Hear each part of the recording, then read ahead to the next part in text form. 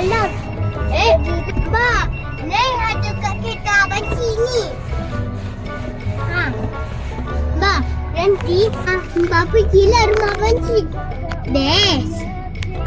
Banci. Palestin lah. Orang nak balik. Bye-bye. Kejap je Alang elok. Bunda, janganlah lagi sekali. Okey lah. Ba, nanti nak belikan apa si robot. Robot selaka. Robot tu kan, orang tu kan dia tak hai. Tiba-tiba, robot tu tangannya bergerak. Mana buka cuma dia.